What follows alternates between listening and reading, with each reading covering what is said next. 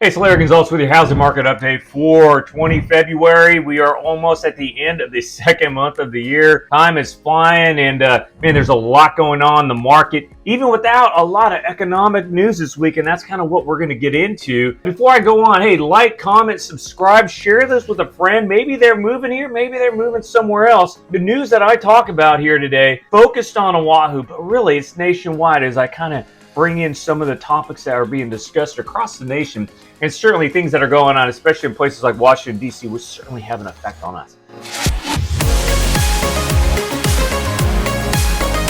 So let's look at the housing market. Hey, I put prices sideways. No, I've had prices up, green arrow up, for a long time, but I'm going to go sideways. We'll get into that in a little bit. Inventory is up, which is one of the reasons why prices are sideways, and rates are sideways too. So this is a combination of colored arrows that we really don't see too often, and I'll get into it here in a second. Headline news: home builders are bearish. Woo, man, this report came out. It was a tough one. The other thing is the housing market going to crash. There's a lot of news that we're getting in bits and pieces that could lead you to believe that the market's going to crash. Well, I don't think it is, and we'll get into that. Initial jobless claims are up. Not a lot of news there, but we'll get into that a little bit because there's a lot of stuff going on with regards to employment across the country. Let's look at home builder sentiment. Home builder sentiment dropped a lot last month in February, down from 47, which is near 50, down to 42. And there's a lot of reasons why. The biggest one is all the tariff concerns, the increasing housing costs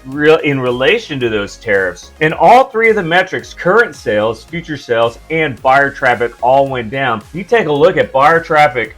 Wow, went from a 32 to a 29. Remember, builders are positive anything above 50. They're negative below 50, and you can see builders have been negative for a long time overall, but we were looking good on current and future sales, and then we had a pretty strong end of the year. But right now, just a lot of the uncertainty, you're seeing their sentiment go down, and there's a couple other reasons too. You got freezing temperatures across the nation. Just not a lot of people want to work. Nobody likes cold weather when it comes to housing. Tariffs were realized. Tariffs were threatened.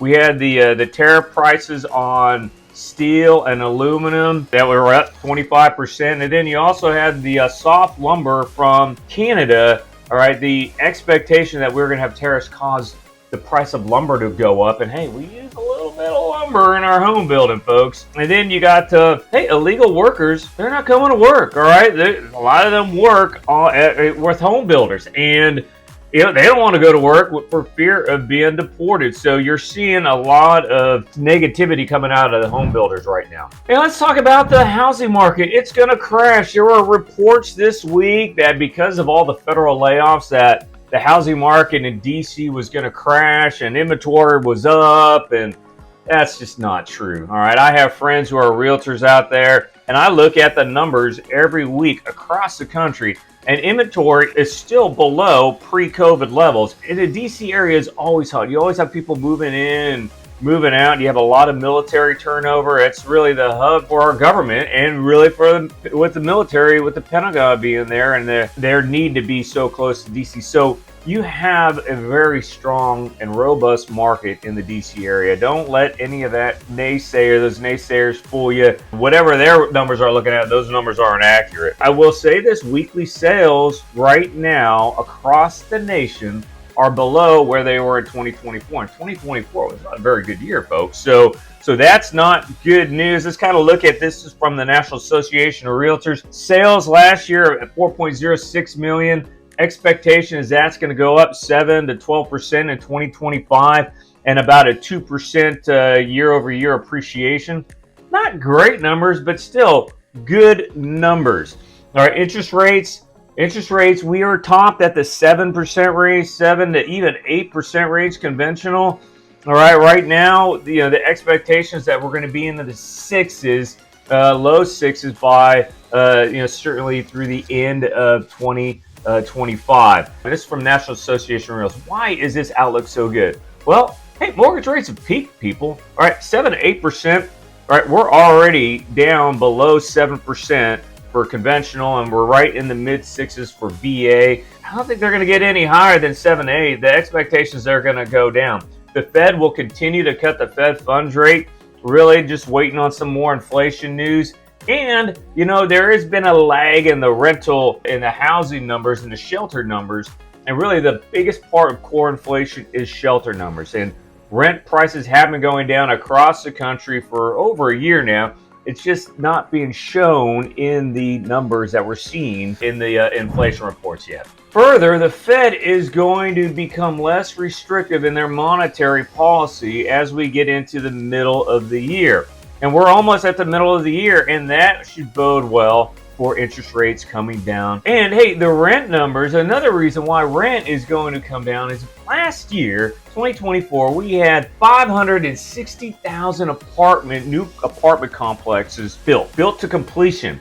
The most that we've had since the early 80s. So there is a lot more supply. There's a lot more vacancy for rentals across the country than there have been in the past, which is going to further bring the price of rentals down. I will say this though, 2026, we're not going to see those numbers in completions for apartments, but still, the number of completions in 2025 is going to bode well for rental prices continuing to come down as we get into the year, as we get more and more of those completions kind of get really fully online and rented out. Now, when I say lower rate, all right, we're not going to get in the 2s and 3s, people. We're not going to get in the 3s and 4s. We might get into the low 5s at some point in 2025. We did that in 2024, September, October, all right? But there's no guarantee we're going to get into the 4s. And that was really, a lot of people were thinking, what, I'm going to hold off. I'm not going to refinance in 2024 because the rates were in the low 5s. I'm going to wait until we go into the 4s. There might be a change in people's thoughts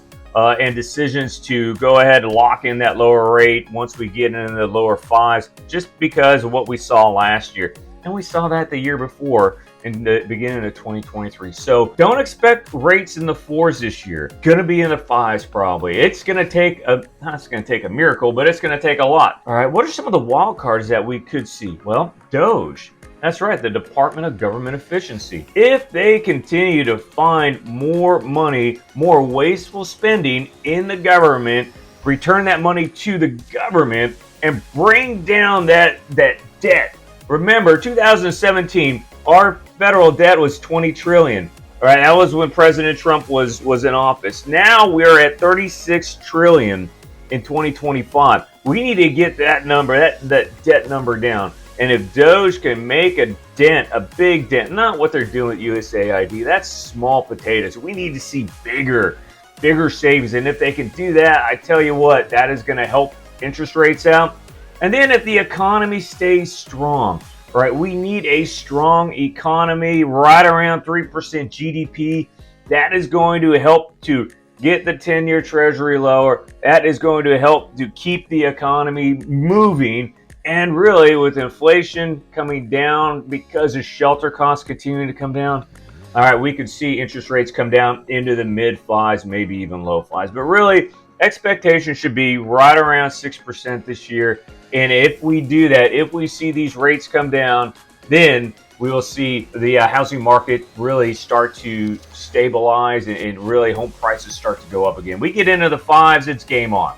All right, it is game on. Let's look at initial jobless claims. Not a lot to talk about. We're up 5,000 week over week, 219,000, up 24,000 in continuing claims, up to 1.869 million. A lot of people are on, well, wait, didn't the federal government just lay off like 20,000 people? Why aren't they showing up? Why are we seeing this huge influx of new people with initial claims? They are probably not going to show up until the March timeframe, and then we'll start seeing those initial claim numbers go up. Continuing claim numbers should continue to go up, but not going to see that yet. And I don't know why necessarily, but they're just not showing yet. And expect to see more and more numbers go on to the initial claims as more and more federal workers or federal employees start filing claims for unemployment or unemployment insurance. VA rates, we started the week at 6.35. We popped up and now we're down at 6.35. This is average across the nation. Don't expect, again, I said this last week, we're going to hop around between 6.25 and 6.5. Whether or not we get below 6.25, that's going to be determined next week, next Friday, when the PCE comes out on the 28th of February. When that comes out, if we get a good inflation number, you might see rates go below 6.25, bring a lot of joy to a lot of people's hearts and homes and pocketbooks. So next week is a big week, PCE, and then the following week after that, we got jobs week for March. Not a lot of movement though this week. Again, kind of where we were. All right, so what does this mean moving forward? Well, mortgage apps were down last week, 6% for purchases, down 7% for refinances. No surprise. Again, rates are pretty high. Huge inventory level in Oahu. Again, I am seeing more and more price cuts. There's a lot of VA assumptions on the market. I host a realtor meetup every Tuesday, and the one or two that we did just this Tuesday in Kapolei, man, there were a lot of listings, a lot of people dropping the price, a lot of VA assumptions. All right, VA assumptions not with $200,000 deltas between the purchase price and the loan amount. We're talking $30,000 to get a 3% or a 3.5, 4.1%. That's pretty good. While an assumption doesn't help me, man, I tell you what, that certainly will help the buyer. I'd put that at $30,000 and assume that loan. And you know what?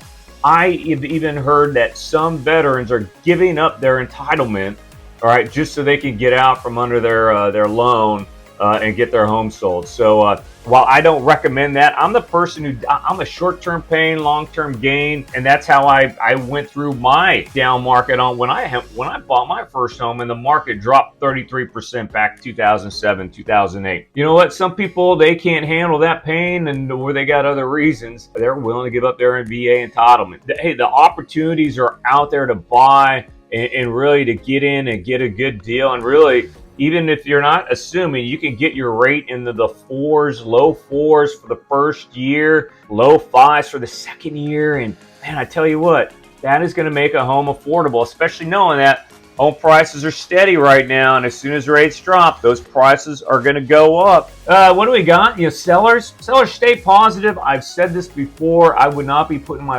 house on the market before March, April. I'd probably be leaning to the April time frame. You're going to get more buyers, and if rates come down, you're going to get the money that you're looking for. So that's what I'm seeing right now, because again, you get in that April time frame, you get more people who are getting ready to move, school's getting out, they got hard copy orders if they're in the military and they want to buy a home, so they're going to be looking. That's kind of what you're going to see.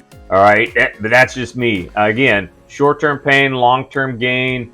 Knowing that the benefits of owning a home are way more than renting a home. And in the future episode, I'm going to talk a little bit about that. I'm going to show you why even if you're losing up to $1,000 a month on a rental, all right, if you can budget for that, it's still better than selling your home at a loss. All right, when you look at all of the tax advantages of home ownership.